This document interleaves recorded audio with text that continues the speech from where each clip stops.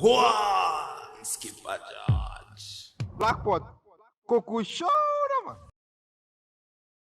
This is the black pot. Dash it and bring me the next thing. Next story says what? Watch it. It says, pay taxes before asking leaders for accountability. Who is saying that? Oh, okay. Nana Akufo-Addo says that citizens must pay taxes before asking leaders for accountability. If you haven't given me anything, how do you come to me to ask me for accountability? I support him. It makes sense. It makes sense, yes. My brother, we live in a country where people are stealing from the government. They don't pay taxes. I've always maintained, pay your tax. It doesn't matter if the government is stealing the money. You do your part. Two wrongs don't make a right.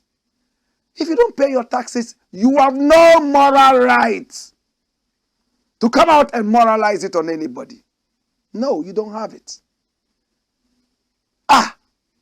You have not given me a garden to look after. Then you come and you are asking me to tell you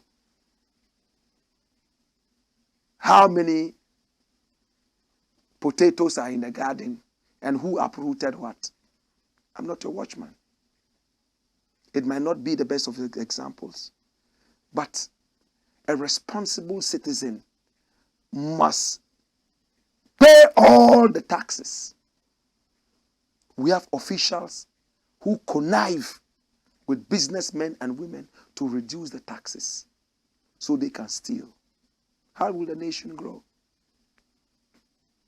You have no moral right to criticize the government if you are refusing to pay your taxes. That is true. Mr. President says, pay your taxes. Let's look at the write-up. And this is from My Joy Online. It says, pay your taxes and demand accountability from leaders. Akufo-Addo tells Ghanaians.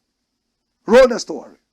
It says the president, Nana Akufo-Addo, is advising Ghanaians to pay their taxes and demand accountability from their leaders. According to him, this is one of the means through which Ghanaians can protect the democracy and development achieved so far.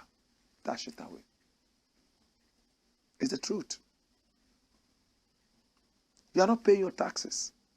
Your taxes are one of the major forms government can raise revenue. So when government starts running around and begging and borrowing around, you say you don't understand. You have to pay your taxes. But government must not make taxation or taxes the major form of making money or the only way of making money. You have all the gold, you have all the diamond. Can you find some other creative ways? Maybe blanketedly, you could just say, oh, taxes. But what the president is trying to say is that, have you contributed your quota? In this country, the loudest are those who don't pay their taxes. The thieves make more noise than the humble ones. Juloe. Look at Nam1. When Nam1 came and was doing his business, and boom, government came in and closed it down. In fact, the people who made more noise than any other persons were those who didn't have any penny in Nam1's business. Hey, pay us our money, thief. Julo. Onu. Julo. Hey, pay us our money. Fiafi, depending on where they come from. If they are from the Volta, Fiafi. If they are from Gamashi, Pojulo, Kwe. Meanwhile, when you check it out, they don't even have a penny in there. You understand? They say what? That empty barrels make the most noise. And rolling stones gather no moss. When are we going to be those rolling stones? Rather than the empty cans that are making all the noise. We must find an activity to do so that we will not go rusty. Think about it. Why are you not paying your taxes? The tax net is so narrow. We don't even have the data to deal with all these things so that everybody pays the taxes.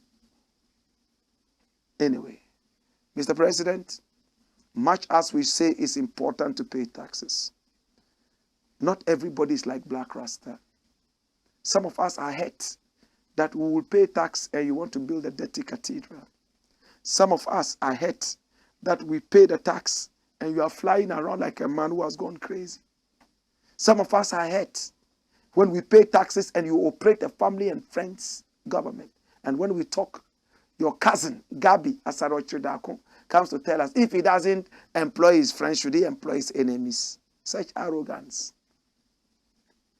Such arrogance. Meanwhile, they have dual citizenship. Gabi was born in Chelsea. He holds his British passport. Right? That's what we're told.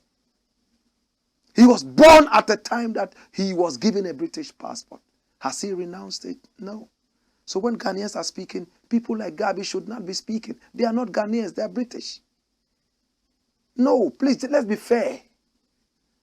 Today, if there's a bomb in this country, you are in England. We are those who are going to be here and struggle to douse the fires. Let's be honest, let's be fair to each other. You owe your allegiance to the British people. Let those of us who are Ghanaians, please, put our shoulders to the wheel. You come here and make a lot of noise, because your uncle is the president. Yet at the end of the day, your allegiance is in Britain. Mr. President, all those things hurt us. That's why we are speaking. How many African presidents have their sons and daughters and grandchildren in America? Their allegiance is in America. They have citizenship in America. Look at the Liberian president. His son is an American citizen.